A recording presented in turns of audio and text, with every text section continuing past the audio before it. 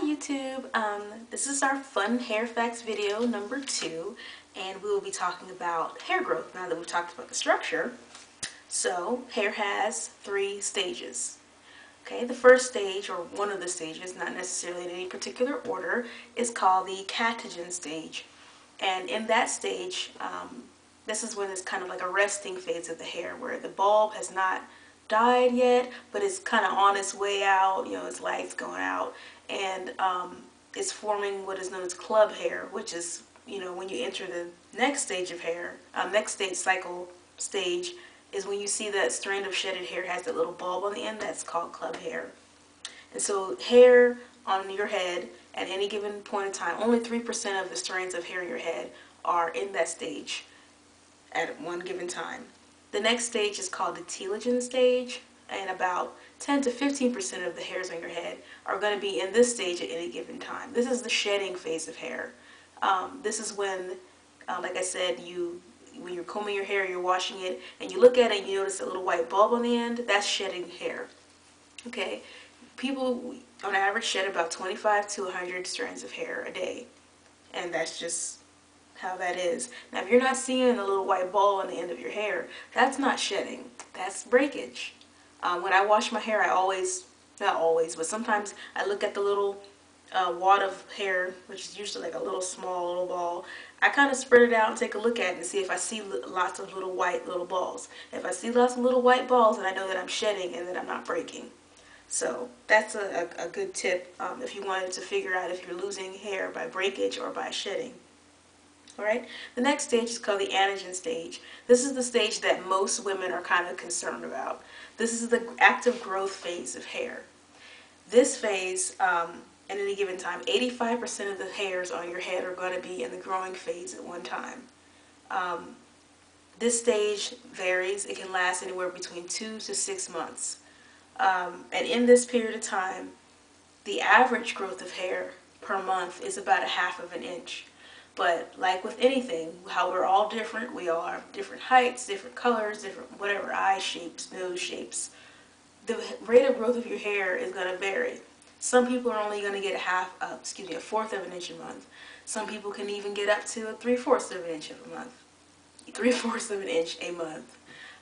And then even in one given person, hair grows a little bit faster in the summer months and actually slower in the winter months. So in the summer you might be able to get a 1/2 inch, and then the winter months you might only get a 1/4 of an inch. It seems a little bit opposite of what you would think. You would think that in the cooler months your hair would go faster to keep you warm or something. That's what I would think. But I think it might have something to do with being cold and like vasoconstriction, so the constriction of the blood vessels and decreased blood flow. I don't know. But if a person gets a 1/4 of an inch of hair a month, that's going to average out to about 3 inches a year. If you get a 1/2 inch a month, that's 6 inches a year. 3/4 of an inch a month is about 9 inches a year. Okay? Now, if your hair is breaking off, you're not going to see those totals. If you're trimming your hair, which I don't trim my hair that often because I don't do anything to it, so it doesn't often get like split ends or anything. Let's say your hair grows the average 1/2 of an inch a month. And let's say you go to your stylist and they trim off a 1/4 of an inch a month, which is really not that much. I wish I had a ruler to show you. In a year, instead of getting your 6 inches of hair, you're only getting 3 inches of hair. And I mean, that may not be a bad thing. You might be okay with that. That's fine. But I just kind of feel like if your hair is not damaged or split, why trim it?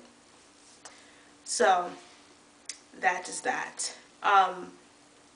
Another video I made was asking about the topical growth aids. One of my best friends who did the big chop with me, she wanted to know about using peppermint and menthol on your scalp to increase, or that they should be used to increase growth.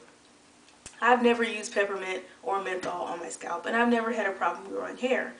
My hair was 2 inches last year, and now, I mean, it's growing.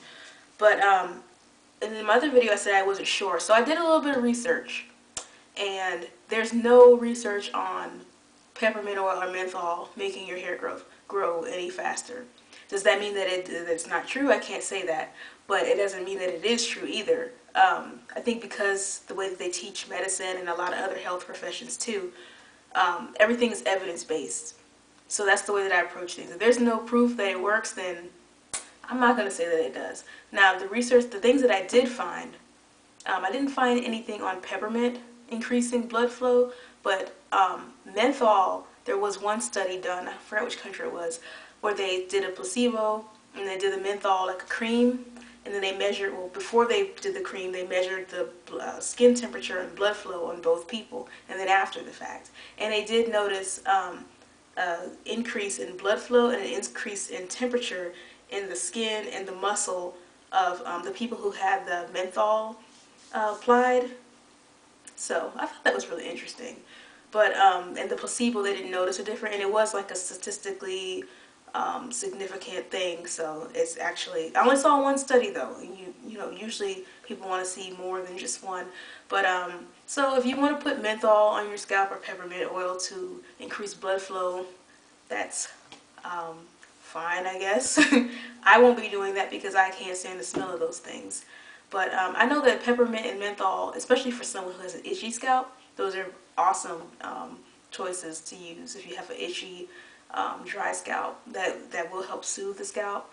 But I'm not going to be using peppermint oil on my scalp because I've been okay this far. But I would, you know, if anyone has tried it and had like great results or something, let me know. But see, the thing is, I wish they would do a study on actual hair growth. Does blood flow, does an increase in blood flow help hair growth? I know I mentioned it about the hot and the cold weather, but there's no proof of that. If they did a study where they took some people and didn't put anything on them and took some other people and they put the peppermint oil on them, and you saw a statistically, you know, if you saw that there was a significant growth difference in the people who used peppermint oil, then I'd be like, okay, I'm all for it. But that doesn't exist, so I don't know. But and all the other topical growth agents and stuff, I don't want to say it's a waste of money because that's kind of like, I don't know, putting down someone's product. Like, so I'm not going to say that, but I know I'm not going to spend my money on those things. I'm just going to keep my scalp clean and eat the right things that I'm supposed to eat, and then the hair is going to grow on its own. So now that I've just rambled on and on about that, I guess I'm going to leave you guys now. If anyone, you know, if you disagree with me or you agree with me, whatever the case may be, just let me know if you find something that maybe I didn't come across. You know, I'd appreciate that. So, you guys take care. Good night.